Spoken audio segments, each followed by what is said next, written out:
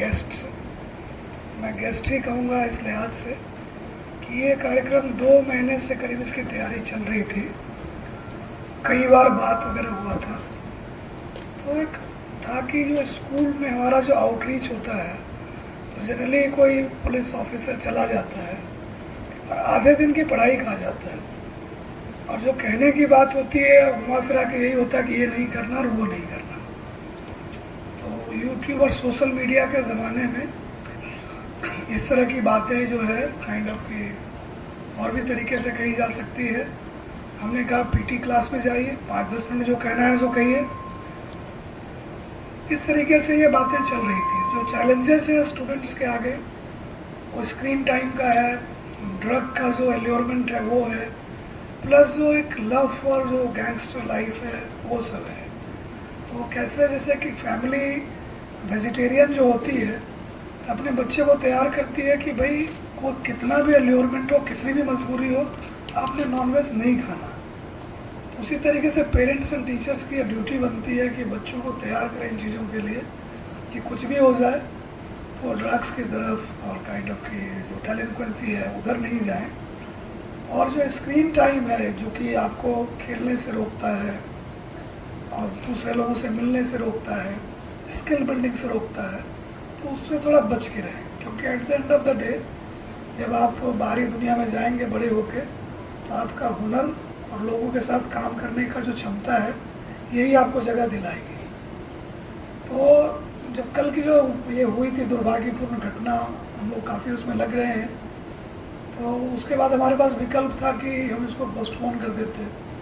बहुत मंथन हुआ, हमें लगा कि जब कुछ ठीक नहीं लगा तो बच्चों के पास जाओ, इससे बड़ा इससे भी कोई नहीं होती है। क्योंकि रात भर जो पूरे हरियाणा में, दिल्ली में, जितने भी देखें नॉर्थ इंडिया में, जवान सड़कों पर है, गाड़ियाँ चेक करी, हाईडोट चेक किया, अभी भी चल रहा है अलर्ट। तो बहुत सारे परिश्रम में लोग लगे हुए हैं। हम लोग भी दिन भर किसी न किसी से बात करते रहे, कल रात में बात चलती रही। ऐसे में हमें लगा कि नहीं, लेट्स गो टू चिल्ड्रन। उनकी वो जल्दी सीखते हैं, जल्दी उबर जाते हैं, कोई भी दिक्कत होती जल्दी से भूल जाते हैं। वो हमारे अंदर का बचपना जागा रहे। और मैं उन सबको श्रद्धांजलि देता हूँ जो कल की घटना में जिन्होंने जान गंवाए।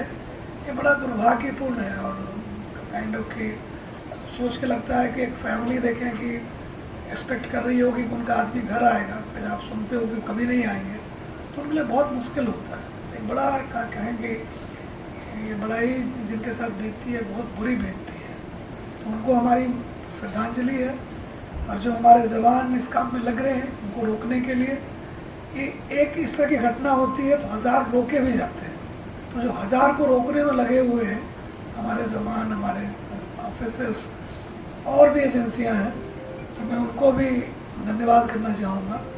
और इस विचार के पीछे यही था कि हम स्कूलों में जा के बातें करें, उससे अच्छा है जो हेड बॉय एंड गर्ल की एजेंसी है, कहीं ना कहीं इसमें लीडरशिप क्वालिटी इसलिए चुने जाते हैं या टीचर नॉमिनेट करते हैं, स्टूडेंट जैसे भी होता है, इनकी जो बोलने की क्षमता है, लोगों के साथ काम करने की क्षमता है, तो ज़रूर इसको हार्नेस किया जाना चाहिए।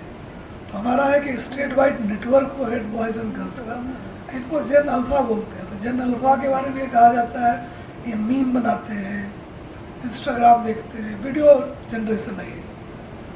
तो जब ये जैसे हैं वैसे हैं, हम इनको बदलना नहीं चाहते। इन्हीं की भाषा में इनसे बात करना चाहते हैं और इन्हीं के माध्यम से इनके बाकी साथी रमूकों से बात करना चाहते हैं।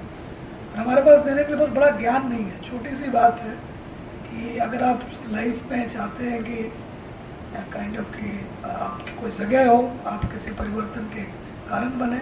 हम भी आपकी उम्र के थे, तो उसमें वही लगता था कि अपना जो भी लिखने का, पढ़ने का, याद रखने का, बोलने का जो कैपेसिटी थी उसको कैसे लगाएं कि हम भी कुछ रहें, हमारे कहे से भी कुछ हो।